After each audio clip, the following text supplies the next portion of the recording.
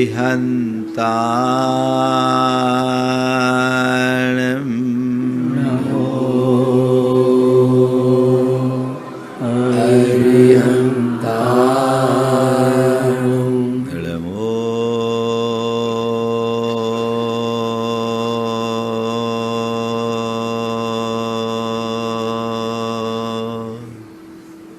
सिद्धाणम् नमो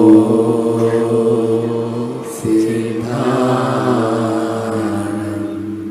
नमो आयर्याणम् नमो आयर्याणम्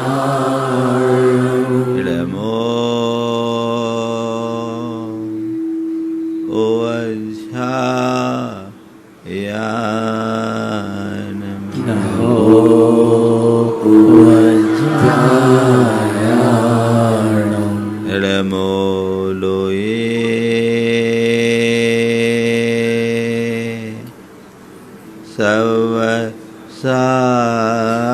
सवसाहुनम् नमो सर्वेषाम् एसो पंचनमोयारो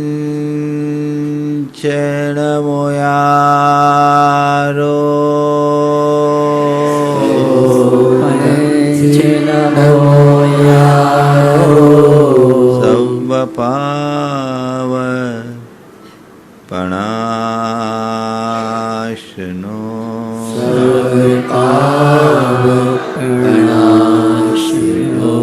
मंगलाळं च सवेसिं मंगलाळं च सवेसिं पढ़मं होय मंगलम् परमं होय मंगलम्। जय बोलो देवादिदेव 1008 श्री भगवान महावीर स्वामी की जय जय जय। अहिंसा परमो धर्म की जय जय जय। परम पूज्य आचार्य गुरुवर श्री विद्यासागर जी महाराज की जय जय जय। बोलिए आचार्य प्रविष्टि समय सागर जी महाराज के, मुनिषि प्रमाण सागर जी महाराज के, मुनिवर श्री संधान सागर जी महाराज के। नमोस्तु गुरुवर, नमोस्तु। गर्मी का समय था, जल से भरा मटका था और लोग अपनी अपनी आवश्यकता के अनुरूप मटके का शीतल जल निकाल रहे थे।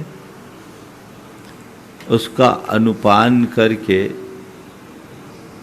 गर्मी में तृप्त हो रहे थे।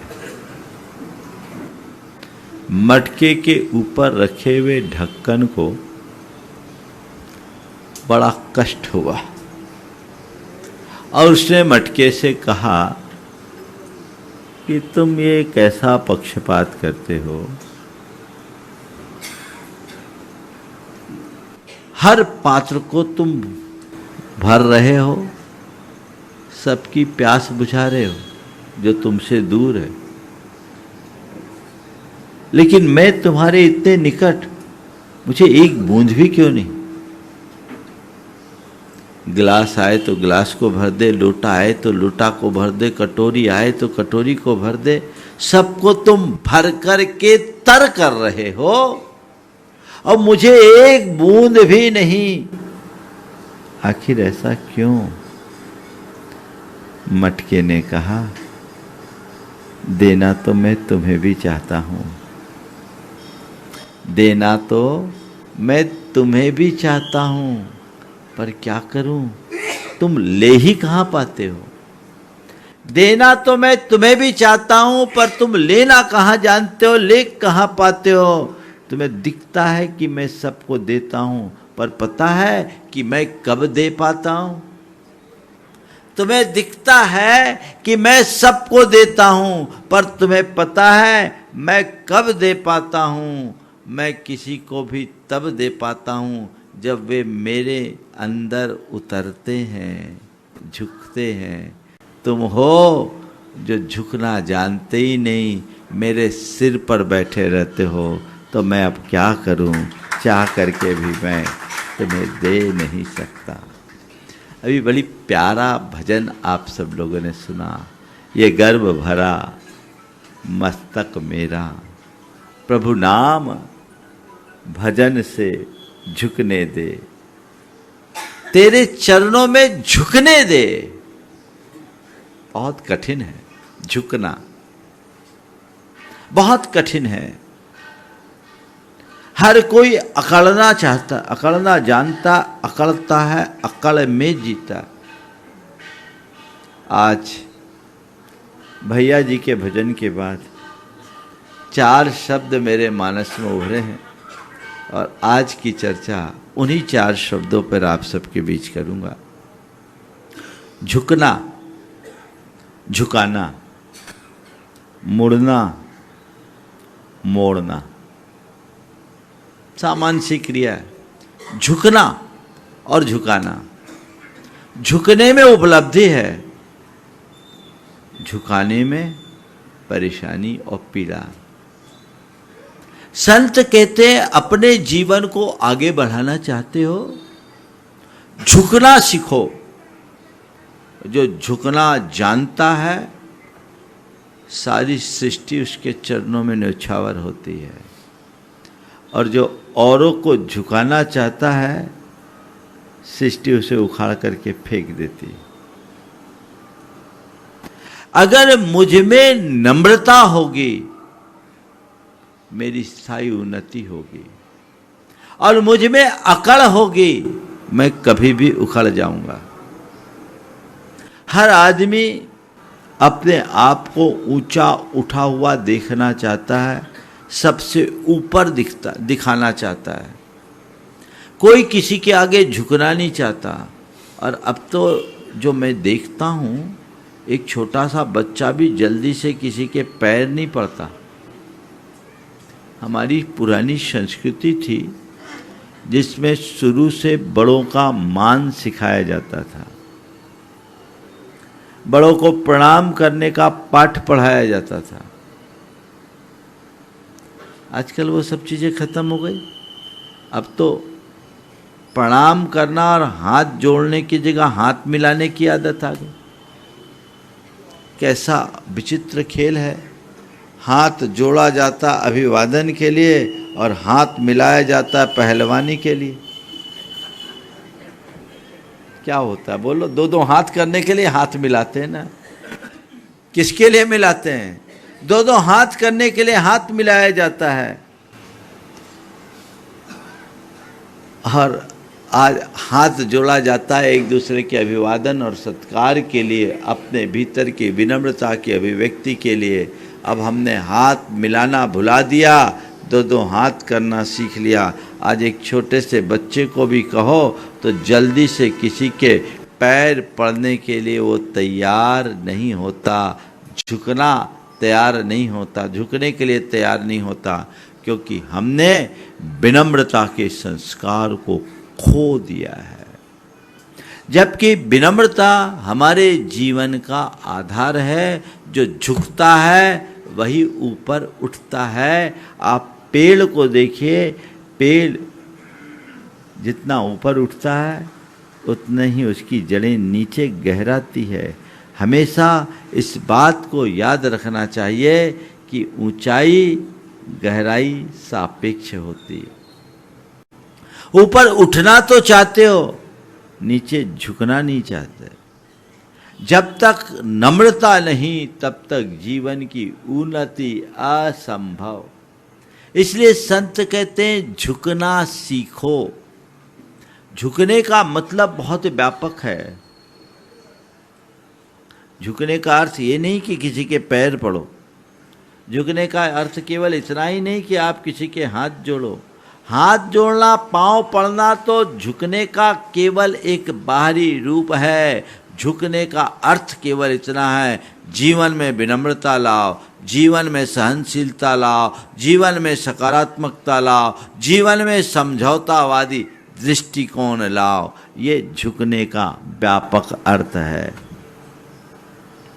अपने अंदर कितनी विनम्रता है, विचार करो। हम क्यों झुके? आगे कौन आता है? मैं। यह है ईगो, जो हमारे जीवन की समरसता को लील जाता है। इस मैं को मिटाओ। मैं क्यों झुकूं? ये मैं क्या है? अगर झुकने की कला सीख गए तो जीवन कभी रुकेगा नहीं। झुकना श्रद्धा में भी है और झुकना विनम्रता भी है। विनम्र व्यक्ति श्रद्धाशील होता है, सहनशील होता है, उसके अंदर सकारात्मकता होती है, समझौतावादी दृष्टिकोण होता है। हम अपने इष्ट के चरणों में भी झुकते हैं, पर शरीर झुकता है, मन तो वहां भी अकड़ा रहता है। ये गर्व भरा मस्तक मेरा, क्या लाइन बोली आगे की? पर प्रभु चरण झूल धूल तक झुकने दे। अपने मन से पूछो कि भगवान के चरणों में जाकर जब मत्था टेकते हैं तो मत्था टेकते वक्त मेरा हृदय झुक पाता है या नहीं? अक्सर ये देखने को मिलता है कि भगवान के चरणों में झुकने वाला व्यक्ति भी भीतर से अकड़ रखता है कि मैं भगवान का बड़ा भक्त हूं, मैंने भगवान ये मंदिर मैंने बनाया, आपको पधराया मैंने, पंचकलानक में सौधर्मिंद मैं बना था। हिमांशु की बात नहीं कर रहा हूं मैं, कॉमन बात कर रहा हूं, नहीं तो तुम लोग टारगेट बना लो, मामला गड़बड़ है। मन की बात पूछो, एक छोटा सा भी कुछ होता है तो हम उसको पकड़ करके बैठते हैं। ये कौन है जो हमें झुकने से रोकता है? कौन रोक रहा है? मन में श्रद्धा तो है, तब तो गए भगवान के पास, तभी तो हमने मंदिर बनाया, तभी हमने पंचकलानक कराया और तभी अपना द्रव्य औदार्य प्रकट करके महापात्र के रूप में अपनी भागीदारी दी। अंदर श्रद्धा नहीं होती तो ये सब नहीं होता। लेकिन श्रद्धा होके जिसके लिए किया वो गौण हो गया और जिसने किया वो मुख हो गया। क्यों? जिसके लिए किया वो गौण और जिसने किया वो मुख। भगवान गौण हो गए, भगत मुख हो गया। अब बताओ प्रतिष्ठा किसकी रही, भगवान की या तुम्हारी? हम कितने भूल में जीते हैं। यहां हमें अपना अंतर विश्लेषण करना है, दूसरे को मत देखना कि हम सब कुछ करके भी अपने किए किराए पर पानी फेर देते हैं। कौन कर रहा है ये है हमारे भीतर का अहंकार, जो प्रभु चरणों में आने के बाद भी प्रभु का नहीं होने देता।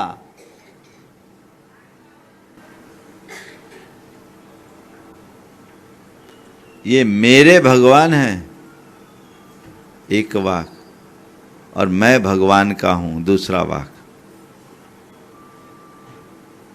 बोलो कौन सा निकलता है? ईमानदारी से बोलना, मेरे भगवान हैं या मैं भगवान का हूं? अगर ये है तब तो बहुत अच्छी बात है, भगवान के हो जाओ तो और कोई के रहोगे ही नहीं, और कोई के होगे नहीं। लेकिन आपसे कहो, कोई कह दे कि भैया आप बहुत जल्दी भगवान के प्यारे बनने वाले हो, तो फिर क्या होगा? बोलो, घबराहट होगी। और जब तुम भगवान का हो गए तो भगवान का प्यारा बनने में डर क्या? बोलो, बात समझ रहे हैं? थोड़ी अध्यात्म की गहराई में उतरिए। रोकने वाला कौन है? हमारे भीतर का अहंकार, और वह अज्ञान प्रेरित है। हमने क्या कर रखा है? हमने अपनी काल्पनिक छवि को ही अपनी असली छवि मानने का भ्रम पाल लिया। जो मैं हूं, मैं उसे जानता ही नहीं, और मैं अपने आप को जिस रूप जान रहा हूं, मान रहा हूं, मैं हूं नहीं। जिस दिन मैं अपने असली स्वरूप को पहचान लूंगा, मेरे अंदर का भ्रम मिटेगा, और जैसे ही भ्रम मिटेगा मेरा अहम मिटेगा। मैं अपने आप को क्या मानता हूं? मैं एक मुनि हूं। मैं एक मुनि नहीं, आज देश के विशेष मुनियों में गिने जाने वाला मुनि हूं। बड़े फॉलोअर्स हैं, बड़े भक्त हैं, हजारों लाखों लोग मुझे रोज सुनने को तत्पर होते हैं। एक इशारे में लोग बहुत कुछ न्योछावर करने को तत्पर हो जाते हैं। मैं ये हूं, वो हूं, ये कौन बोल रहा है? बोलो, मैं अपनी बात कर रहा हूं, तुम लोग तो सब दूध के धुले हो। ये कौन बोल रहा है? संत कहते हैं, बेटा ये तेरी नादानी है, ये तेरा वहम है, ये तेरे मन की कल्पना है, ये जीवन का यथार्थ नहीं। सच्चे अर्थ में तू अपने भीतर झांक उतर। तू बस है, न तो तू मुनि है न अमुनि है, न बड़ा है न छोटा है, न ऊंचा है न नीचा है, न ज्ञानी है न अज्ञानी है। तू जो है सो है, बस उसे पहचान। मैं हूं, बस, और कुछ नहीं, और कुछ नहीं। सारा भ्रम खत्म हो गया। और ये जो चीजें हैं वो बाहर की केवल कल्पना है, मेरी बुद्धि का आरोप है। मैंने मान रखा है कि मैं ये हूं, मैं वो हूं, और मैंने ये धारणा बना रखी है कि ये मेरे हैं, वो मेरा है। न मैं ये वो हूं, न हो सकता हूं, और न चीजें मेरी है और न वो हो सकती है। ये जीवन का यथार्थ है। भगवान की शरण में जाओ, वस्तु स्वरूप की श्रद्धानी बनकर जाओ। भगवान, मैं आपके चरणों में आया हूं। अभी तक अज्ञानता में जीता था, आपको नहीं पहचाना था, अब समझ में आ गया। बाकी सब हे है, आप ही उपादेय हो। बाकी सब अशरण हैं, एकमात्र आप ही मेरे शरण हैं। आपके चरणों में आ गया, अब मुझे कोई चिंता नहीं, निश्चिंत, क्योंकि मुझे अपने स्वरूप का बोध हो गया। देखो, भगवान के दर्शन करते हो रोज, दर्शन पाठ में ये पंक्तियां बोलते हो, अन्यथा शरणम नास्ति। क्या बोलते हो? अन्यथा शरणम नास्ति त्वमेव शरणम मम तस्मात् कारुण्य भावेन रक्ष रक्ष जिनेश्वर। बोलते हो? नहीं त्राता नहीं त्राता नहीं त्राता जगत रे, वीतरागात परो देवो न भूतो न भविष्यति। ये भगवान को सुना के आते हो? बोलो। कभी लगता है कि भगवान आपको छोड़कर अब और कोई शरण नहीं, और कोई तारनहार नहीं, मैं ये जान गया, जब तक ये जानता नहीं था इसकी उसकी शरण देखता था, ढूंढता था, अब आपको पहचान गया, आपकी शरण में आ गया, अब मैं आपका हो गया हूं। ऐसा मनोभाव जिस दिन आ जाएगा ना, उसी दिन सम्यक दर्शन हो जाएगा। शास्त्रों में जिन बिंब के दर्शन को सम्यक दर्शन का हेतु निरूपित किया है। अपने आप होगा अगर ऐसी भाव भूमिका अंदर तैयार हो जाए। अपने मन से पूछो, मन झुकने नहीं देता। इस मन को झुकाओ। अभी तो सामने वाले को झुकाने की कोशिश करते, दूसरा शब्द है झुकाना। मन को झुका दो, अहम मिटेगा, और अहम मिटेगा तो मन झुकेगा। जब तक तुम अहंकार से प्रेरित रहोगे, औरों को झुकाने में जुटे रहोगे। अभी क्या हो रहा है? सब कोई दूसरे को झुकाने में लगा है।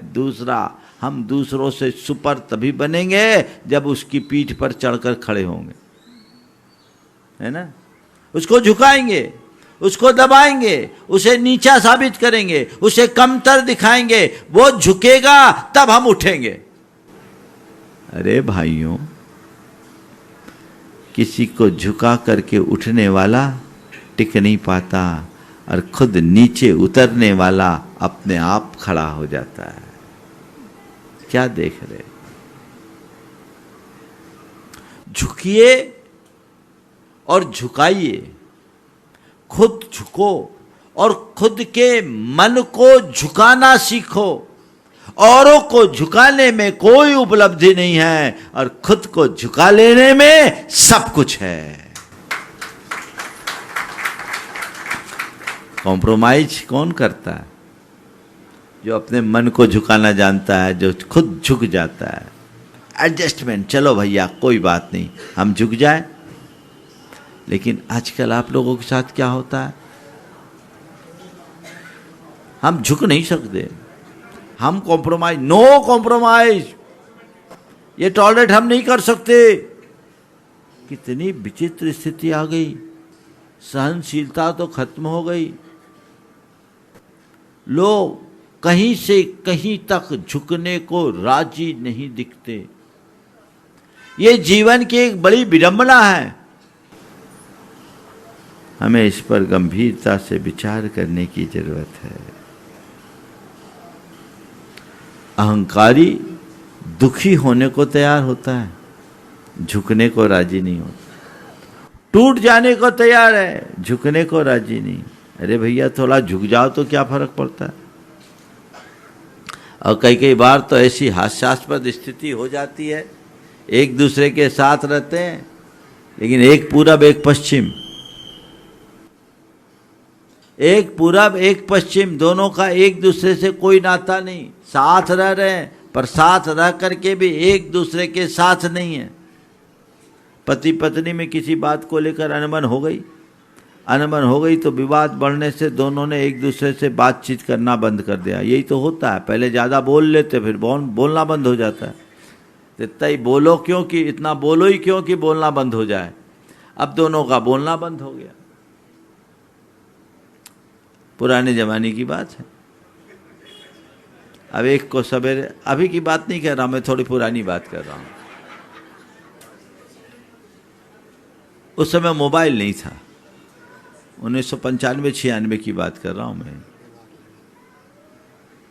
अब सवेरे से 5 बजे गाड़ी पकड़नी थी, कोई अर्जेंट मीटिंग थी। भाई साहब उठते 7 बजे थे, पत्नी रोज 4 बजे उठ जाती थी। अब ये 7 बजे उठते हैं, 5 बजे उठना है, क्या करें? पत्नी के सहयोग के बिना उठा नहीं जा सकता। और पत्नी से बोल नहीं सकते, हम कैसे बोले? दिमाग लगाया, एक पर्ची लिखी और पत्नी के तकिए के ऊपर रख दिया कि सवेरे 5 बजे गाड़ी पकड़नी है, अर्जेंट मीटिंग है, 4 बजे उठा देना। पत्नी ने पर्ची देखी, सो गई। भाई साहब सवेरे उठे तो घड़ी में 7 बजे।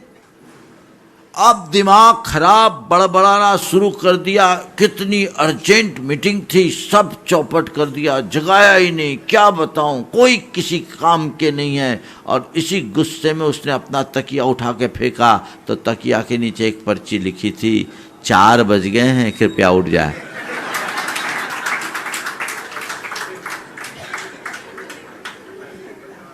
बोलो ये क्या तमाशा है, क्या तमाशा, ये जिंदगी है नरक। अब मजे की बात, 4 बजे उठ के सामायिक करने वाली घरवाली, बोलो, भगवान के दर्शन पूजन करने वाली,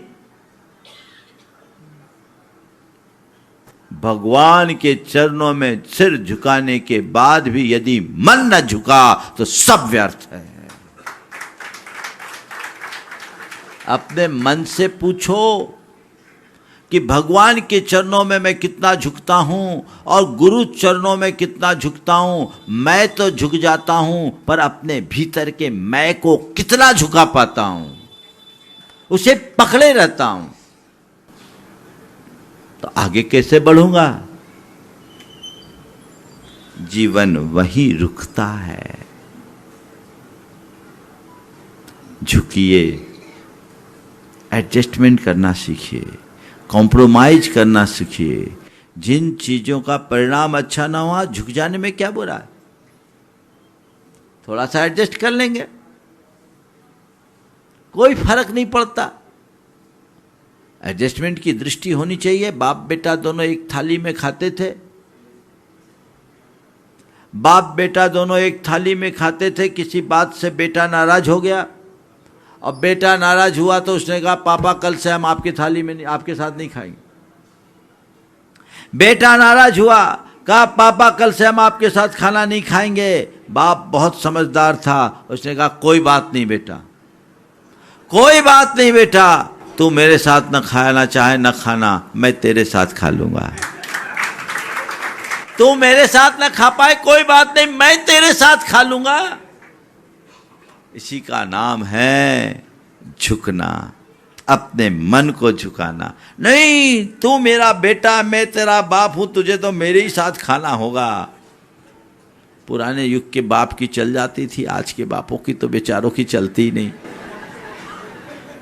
आज की बाप की तो हालत ही खराब है ना। तो क्या फर्क पड़ता है, क्या फर्क पड़ जाएगा अगर हम थोड़ी सी समझ ले और अपने ईगो को गौन कर दें, सब ठीक हो जाएगा।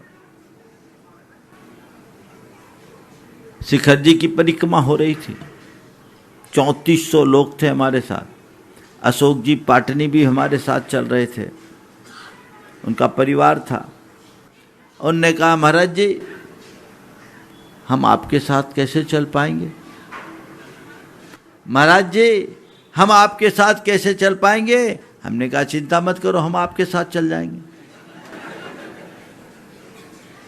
बात बिल्कुल सही। जंगल उन दिनों तो परिक्रमा बहुत भारी टास्क था, जंगल में खतरा रहता था, लूटपाट का भी और चीज़ों का सिक्योरिटी रखते थे। इतने सारे लोग गए तो हम उसी चाल से चले ना। सब मेरी चाल से चले ये अहंकार है, और मैं सामने वालों की गति से चलूं ये स्वीकार है। इतना ही तो करो। वो मेरे हिसाब से नहीं चलता तो तू उसके हिसाब से चल लेना भाई। तेरे पास तो अपनी गति को नियंत्रित करने की क्षमता है। मति नियंत्रित हो जाए तो गति अपने आप नियंत्रित हो जाएगी, पर बावली यही नियंत्रित नहीं होती। इसे ही मोड़ना है, झुकना, झुकाना। सामने वाले को झुकाने में कोई वीरता नहीं है और अपने मन को झुका लेने वाला ही सच्चा महावीर है। झुकाओ, अपने मन को झुका लो श्रद्धा से, अपने मन को झुकाओ समर्पण से, अपने मन को झुकाओ समझ से, अपने मन को झुकाओ सकारात्मकता से। संघर्ष टलेगा, कटुता मिटेगी, समझौता बढ़ेगा, सहनशीलता बढ़ेगी। छोटी छोटी बातों में लोग उबल जाते, उसके कारण आज लोगों की प्रवृत्ति हिंसक हो गई। हिंसा और प्रतिशोध की भावना लोगों के मन में दिनों दिन बलवती होती जा रही। बैर विरोध का भाव लोगों में उत्तरोत्तर बढ़ता जा रहा है। असहनशीलता चरम पर है। बड़ी दिक्कत, इसके कारण संबंध खराब हो रहे हैं और रिश्तों की मिठास खत्म हो रही। एक दंपति का प्रकरण मेरे पास आया, पति पत्नी और एक बच्चा। पति अपना खाना बनाता, पत्नी अपना खाना बनाती। बताओ कैसी जिंदगी हो गई। रसोई एक है, घर एक है, पति बनाता है तो पत्नी दूसरा काम में लगी रहती, पत्नी जब बनाती तो पति अपना काम करता। अपना बनाओ अपना खाओ। हे भगवान, काय को ब्याह किया भाई? क्या ये प्रेम, परस्परता, आत्मीयता, बंधुत्व और सहज जीवन के जो परंपरागत मूल्य थे वे सब तहस नहस हो गए। हमारी सोच विकृत हो गई। ये सब पाश्चात्य सभ्यता का अंधानुकरण है। जो बातें हमें घुट्टी में संस्कार से मिलते थे वे सब नष्ट हो गई। मन को झुकाओ, किसी और को नहीं। झुको, अपने मन को झुकाओ, किसी और को मत झुकाओ। औरों के आगे झुको, औरों को झुकाने की जगह अपने मन को झुकाओ। ये मत सोचो कि सब लोग मेरे चरणों में झुके। ये भाव रखो कि जो भी मेरे सामने आए मैं विनम्रता से उसे स्वीकार करूं, उसके आगे झुक लो। मुड़ना और मोड़ना कोई दिक्कत नहीं। मुड़ना और मोड़ना ओम ओम, ठीक है, जो कंफर्ट हो चलने दो। ओम ओम, शांति से मुड़ो और मोड़ जाओ, मोड़ दो। कुछ हो दिख रहा है, सामने वाले का एटीट्यूड ठीक नहीं दिख रहा है, उलझो मत, टकराओ मत। क्या करो? मुड़ जाओ, अपना डायरेक्शन चेंज कर लो, अपने विचारों को मोड़ दो। अगर हम थोड़ा सा मुड़ने की कला सीख लें, अपने मन को मोड़ना सीख लें, तो फिर कभी कुछ गड़बड़ होगा? बोलो, होगा क्या? तो क्या हमारा मन मुड़ता है? हम अपने आप को मोड़ने के लिए तैयार होते हैं? जो व्यक्ति मुड़ना जानता है, जो व्यक्ति अपने मन को मोड़ने में सफल हो जाता है, अपने मन को, उस व्यक्ति के जीवन में कभी संघर्ष नहीं होता, उसके जीवन में कभी कटुता नहीं होती। क्यों? क्योंकि उसके अंदर स्वीकार्यता आ जाती है, स्वीकारता का भाव आ जाता है। साज ठीक है भैया, तू नहीं, मैं अपने आप को मोड़ देता। तू नहीं बदला, मैं बदल गया। अभी क्या होता है? सामने वाले को मोड़ने में लगे रहते हो। वो मुड़े मैं क्यों मोड़ूं, वो झुके मैं क्यों झुकूं। हम उसको झुकाने में लगे हैं, हम उसको मोड़ने में लगे, यही हमारी एनर्जी व्यर्थ हो जाती। खुद को मोड़ोगे तो मजबूत बनोगे, और दूसरों को मोड़ने की कोशिश करोगे तो हो सकता है मोड़ने में सफल होने की जगह उसे तोड़ बैठो। तोड़ दो, लोग टूट जाते हैं। एक दूसरे के साथ इस तरह का व्यवहार हो जाता है। नहीं, मन को मोड़ना सीखिए और खुद मुड़िए, विचारधारा बदलिए, मानसिकता परिवर्तित होनी चाहिए। जब तक ऐसा नहीं होगा आध्यात्मिक उपलब्धि नहीं हो सकती, जीवन का कल्याण और उत्थान नहीं हो सकता। वो प्रयत्न हमें निरंतर करना चाहिए, उस प्रयत्न में निरंतरता बनी रहनी चाहिए। कभी भी ऐसा कोई काम हो, ठीक है, थोड़ा बहुत एडजस्टमेंट तो करना होता है, मन को मोड़ लीजिए, कभी कोई तकलीफ नहीं होगी। कोई एक झुक जाए तो मामला सेटल होता है कि नहीं होता है? होता है। अब आजकल क्या होता है, पहले भी एक व्यवस्था रहती थी नरम गरम की, एक गरम तो दूसरा नरम, प्रकृति ऐसी सेटिंग करती थी तो निभ जाती थी। अब तो तनातनी है, तनातनी। ये जो चीजें हैं ये जीवन का मजा खराब करने वाली है। घर परिवार से लेकर लोक व्यवहार में, समाज में, व्यापार में, सब जगह इन सूत्रों की आवश्यकता है। तो झुकना सीखना है, झुकाना गैरों को नहीं मन को, मुड़ना सीखना है, मोड़ना खुद को गैरों को नहीं। बस इतनी बात आ जाए, मुझे झुकना है, मुझे अपने मन को झुकाना है, मुझे मुड़ना है और अपने मन को मोड़ना है। बस इतनी बात अंतर मन में बिठा लीजिए, देखिए जीवन में कैसा आनंद आता है। जब तक अहंकार पलता रहेगा जीवन दुखी रहेगा, अहंकार मिटेगा तो जीवन सुखी बनेगा। सबका वो अहंकार मिटे, जीवन के पथ को प्रशस्त करे। बंधुओं, ये 3 दिन का प्रवास बावड़िया कला वालों को बोनस में मिल गया है ना, बोनस में ही कहेंगे। ये लाभ आप लोगों ने लिया, आप लोगों ने 3 दिनों में बहुत उत्तम भावना प्रदर्शित की है। मैं भगवान से प्रार्थना करता हूँ आपकी ऐसी ही भावना बलवती बनी रहे, बढ़ चढ़ करके आप सबकी भागीदारी सुनिश्चित हो। चूँकि आगे के हमारे कार्यक्रम निश्चित है। आज शाम का शंका समाधान संस्कार उपवन और प्राइड में होगा। अभी आने वाला 3 दिवसीय प्रवास एक विशेष प्रयोजन से वहाँ होना है, तो हम लोग वहाँ जाएंगे। शाम का कार्यक्रम कितने बजे कैसे जाएंगे, आहारचर्या के बाद आप सबको मालूम पड़ जाएगा। तो ये लाभ लेते रहिए, ऐसे ही जुड़े रहिए, अपने प्रयोजन को पूरा कीजिए। बस बावड़िया कला वालों को सार्वजनिक रूप से बोल देता हूँ, बोल दूँ, बुरा तो नहीं लगेगा। इतनी बड़ी समाज, संपन्न समाज, और हम जब जब आए हैं यहाँ 5वां मौका है, हर बार किराए के घरों में रुके।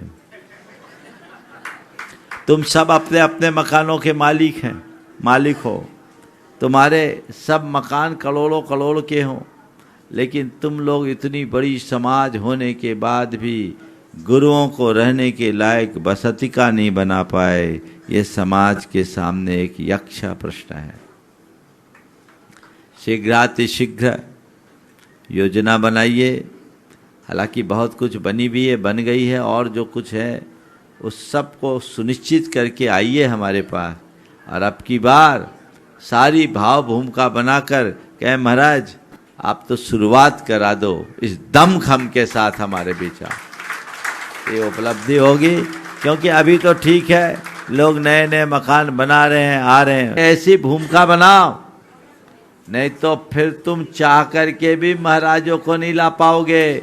अभी तो ठिकाने मिल जाते हैं तो तुम लोग ठीक हो, लेकिन कल ठिकाना ही नहीं बचेगा तो क्या होगा। इसलिए सर्वोच्च प्राथमिकता से, एक तो साधु बसति का और दूसरा साधुओं के निहार के योग्य स्थान। ये दोनों चीज़ें समाज को प्राथमिकता के साथ आगे करना चाहिए। आने वाले दिनों में सिद्ध चक्र निधान में बहुत सारे परिवार आगे आ गए, लेकिन अभी बावड़िया कला का कोटा पूरा नहीं हुआ है। तो और जो विचाराधीन हैं उन्हें भी शीघ्रातिशीघ्र अपना निर्णय लेना चाहिए।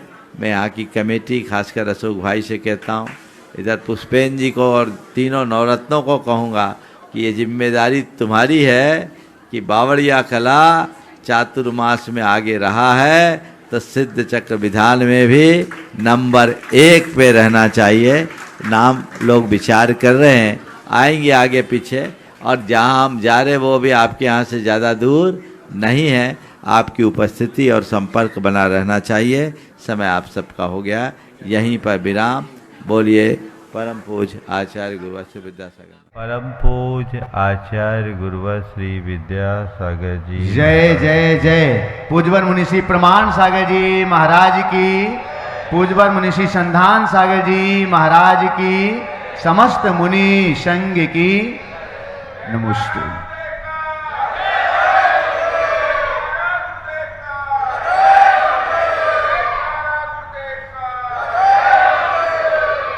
आज हम एक ऐसे विषय पर चर्चा करने जा रहे हैं जिसका हमारे समग्र जीवन से बहुत गहरा संबंध है।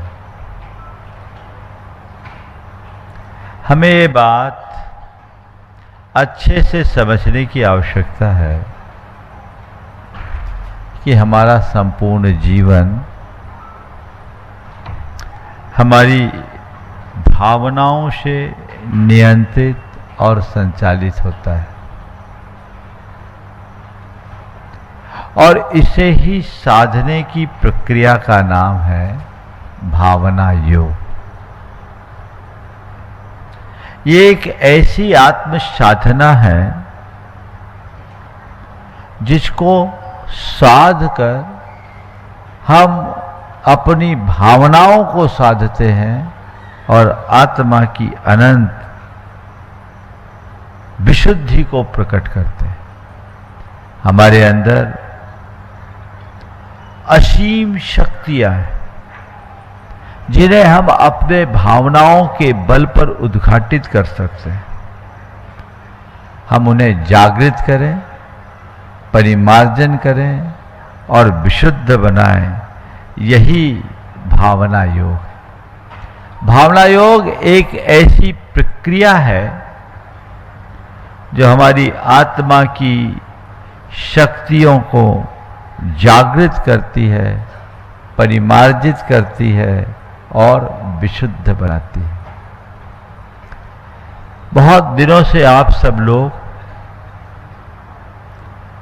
भावना योग से परिचित रहे हैं। कई बार लोगों ने मुझसे भी ये सवाल किया कि महाराज श्री, ये भावना योग आपने सबके बीच क्यों रखा? आज मैं बात यहीं से शुरू करता हूं। बंधुओं, जब हम अपने जीवन को गहराई से उतरकर देखते हैं तो ये पाते हैं कि हमारा समग्र जीवन हमारी भावनाओं पर निर्भर करता है। हमारी अंतरंग में अनेक प्रकार के भाव उत्पन्न होते रहते हैं। कभी अच्छे भाव होते हैं, कभी बुरे होते हैं, लेकिन भावनाओं का प्रवाह सतत चलता रहता है। जहां जैसे भाव होते हैं हमारे विचार भी वैसे ही हो जाते हैं, और जैसे विचार होते हैं वैसी हमारी भाषा बन जाती है, और जैसी भाषा होती है वैसा ही हमारा व्यवहार बन जाता है। जैसा व्यवहार होता है वैसे हम कर्म को बांधते हैं, और जैसे कर्म बांधते हैं वैसा हमारा भाग्य होता है, और फिर जैसा हमारा भाग्य होता है वैसे ही हमारा भाव बन जाता है। ये एक चक्र है। लोग अपने भाग्य को सुधारना चाहते हैं। संत कहते भाव को सुधारो, भाग्य सुधर जाएगा। भावना से भाग्य का संबंध है। जैसे भाव वैसे विचार, वैसी वाणी, वैसा व्यवहार, वैसा कर्म और वैसा भाग्य। मेरा भाग्य अच्छा हो तो अच्छे कर्म बंधने चाहिए, अच्छे कर्म बांधने हैं। अच्छा व्यवहार हो, अच्छा व्यवहार रखना है, वाणी पर नियंत्रण रखो, वाणी अच्छी रखनी है, विचार अच्छे रखो, और विचार पवित्र रखने हैं, भावना विशुद्ध बना। ये एक पूरा चक्र है, और इसका एक समग्र विज्ञान है जो हमारे शास्त्रों में निहित है, और हमारे ऋषि मुनियों ने सदियों से इसका अनुसरण किया है। हमारे तीर्थंकर भगवंतों ने अपने उपदेश में ये बात कही, और उनका एक ही संदेश है, अपने भावों को साधो,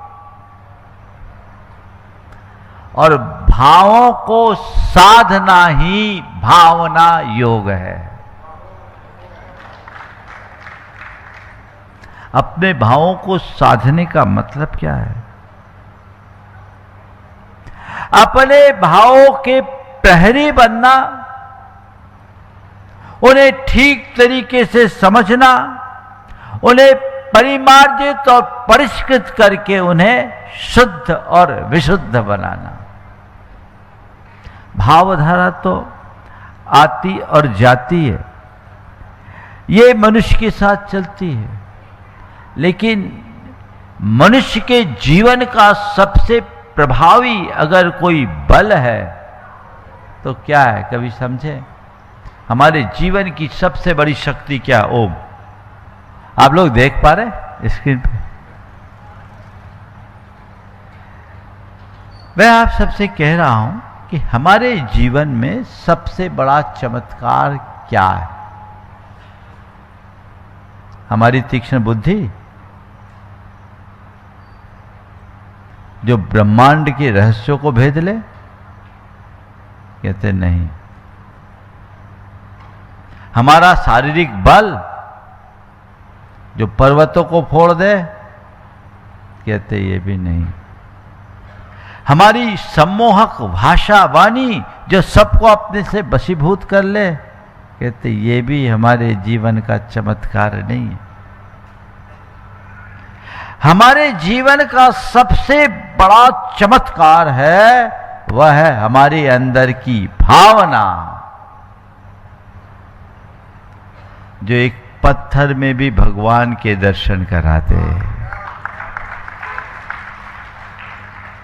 यह भावना की ताकत है, जो साधारण से पत्थर में भी भगवान का दर्शन करा देती। भावना ही तो है।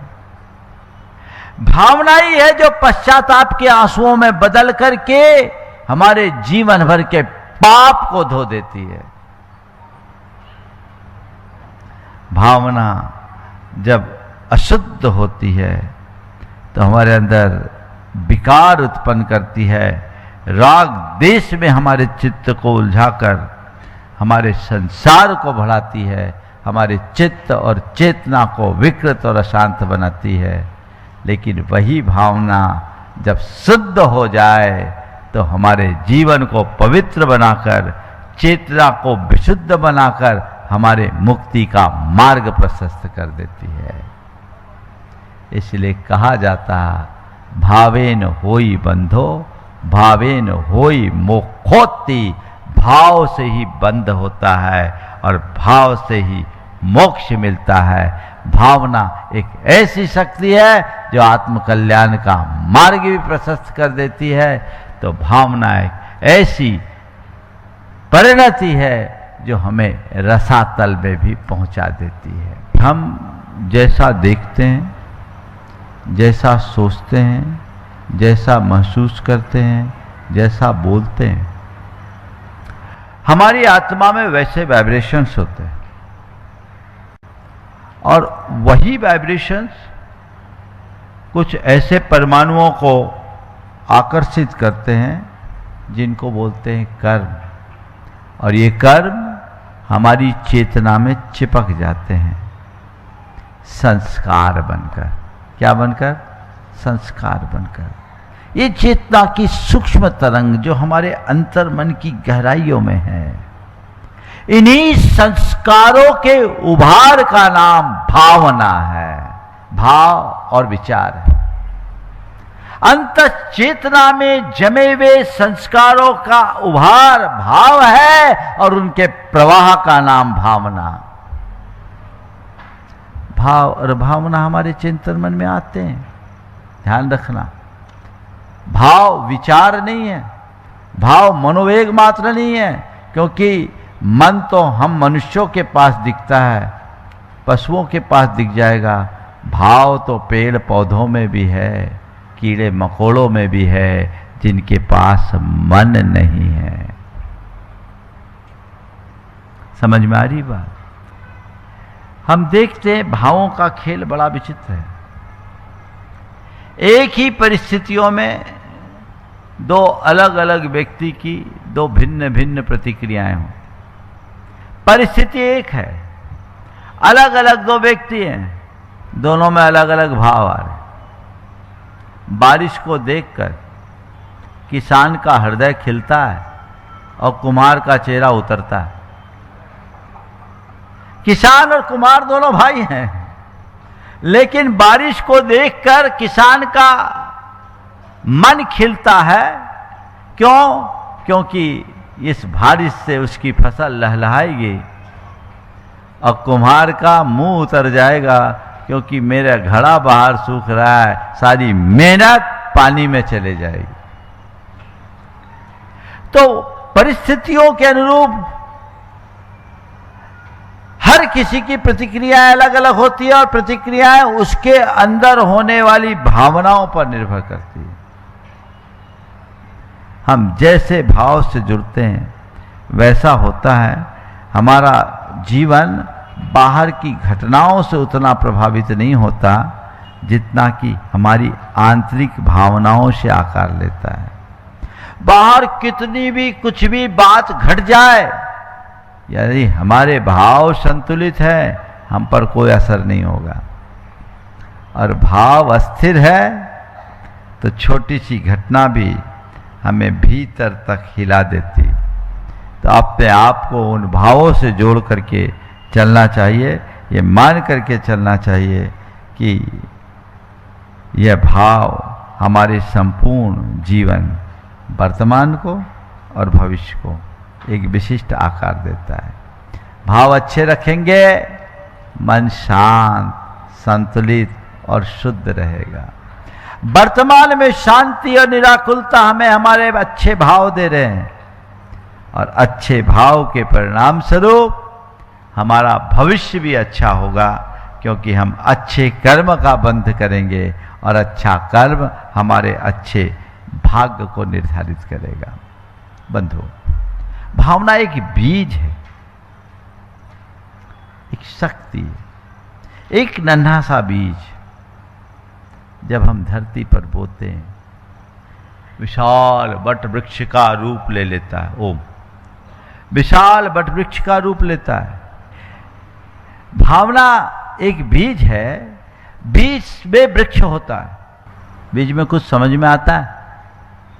बीज तो बीज है, लेकिन उस बीज में कितना बड़ा वट वृक्ष छिपा है, कभी हमने सोचा?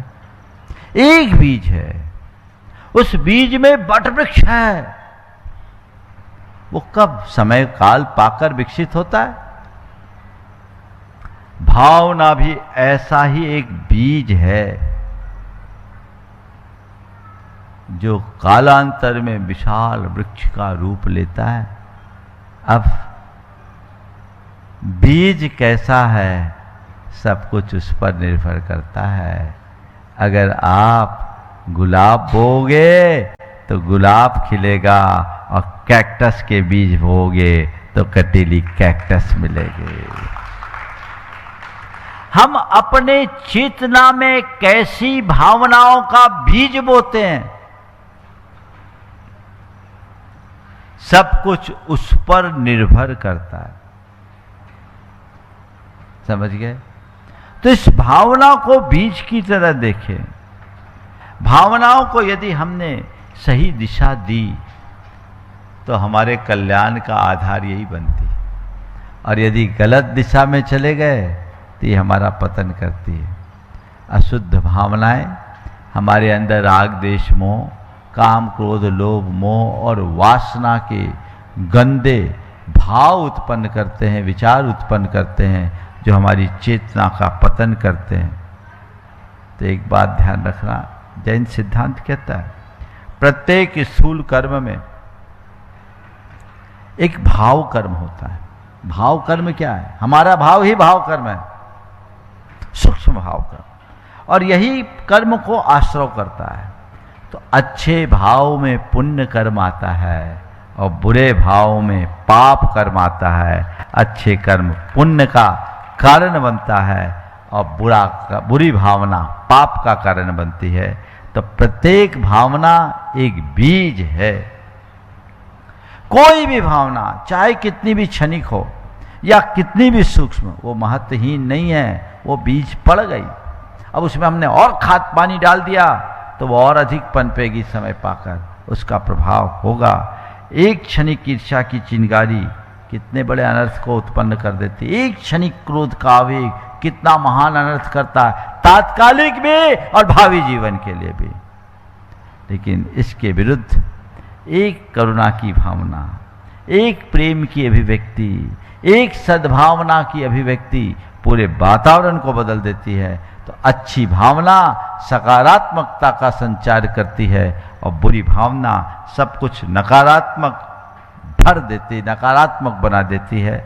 इसलिए अपनी भावनाओं को जानना, उन्हें समझना, और यही हमारी भावनाओं को जानना, पहचानना और समझना, ये हमारी आत्म जागृति का प्रथम सोपान है और ये हमारी भावना योग का लक्ष्य भी। अब सार क्या है? भावना को समझे, ये हमारी आत्मा की वास्तविक दिशा निर्धारक है। हमारे संपूर्ण जीवन का निर्धारण भावनाओं पर होता है। ये हमारी आत्मा की अंतरतम की पहचान और उसका सच्चा दर्पण है। आत्मा की वास्तविक गति को प्रदान करने वाला है और आत्मा का वह संकल्प जो उसे संसार या मुक्ति की ओर ले जाता है। सार में हम कह सकते हैं भावना ही बंधन का मूल कारण है और भावना के रूपांतरण में ही मोक्ष का साक्षात द्वार छिपा है। ये भावना योग के सिद्धांत की बात है। मैं समझता हूँ आज का प्रतिपाद्य आप सबको अच्छा लगा होगा। आप इस पुस्तक को पढ़ ले। मैंने जितनी बातें बताई है वो सब इस पुस्तक में ही लिखी है। मैंने इस पुस्तक की ही व्याख्या की है। इस व्याख्या और विवेचना के सार को समझते हुए आप अपने अंतर मन में ग्रहण करें, इसे बार बार पढ़े, समझे, ताकि आप भावना योग को आत्मसात करके लोगों तक इसे पहुंचा सके। बोलिए अहिंसा परमो धर्म की।